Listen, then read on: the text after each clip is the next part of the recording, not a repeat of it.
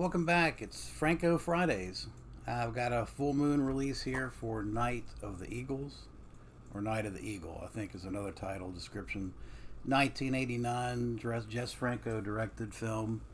And this is a departure from the typical Franco that we know and love. It's a romance war film set against the backdrop of World War II, but it's told from the side of Nazi Germany, which is certainly in the minority as far as war films.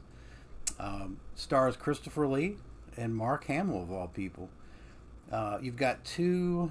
The story basically is you've got two soldiers. One's already in the Nazi army, and the other is getting enlisted. They're both going after the affections of this wealthy banker's daughter, played by Christopher Lee as the banker.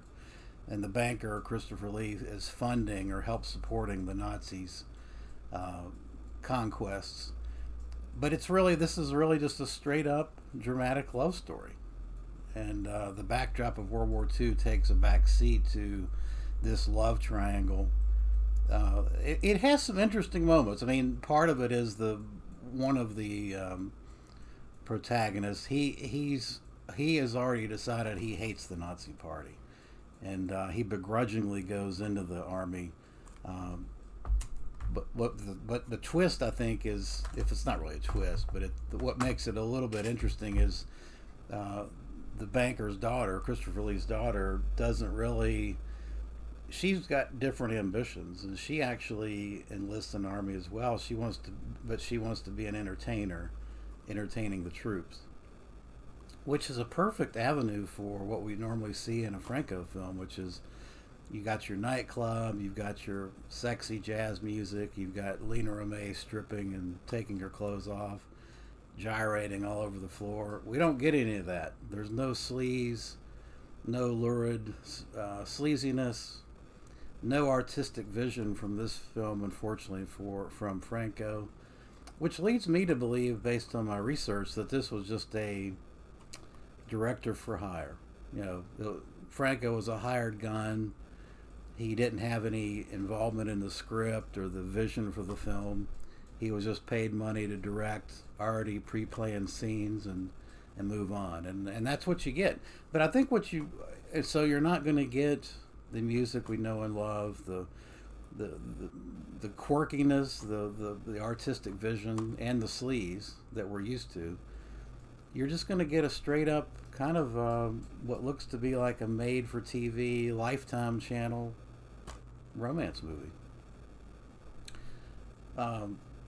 That's disappointing, unfortunately. But what I would say to all the Franco fans out there is that this is another example of that you could dispute anyone that says Franco's a terrible director, doesn't know how to direct a film. This is well done. I mean, it technically, I think it's well done. He does what he needs to do, and he gets in and out. I mean, it doesn't have anything that makes it stand out above the norm, but certainly it's a well done piece of work, and it's just kind of dull and doesn't stand out amongst the pack. The other problem, I think, with this film is financing. There wasn't enough. When you look to make a movie, there's a reason why a lot of people with tight budgets pick the horror genre.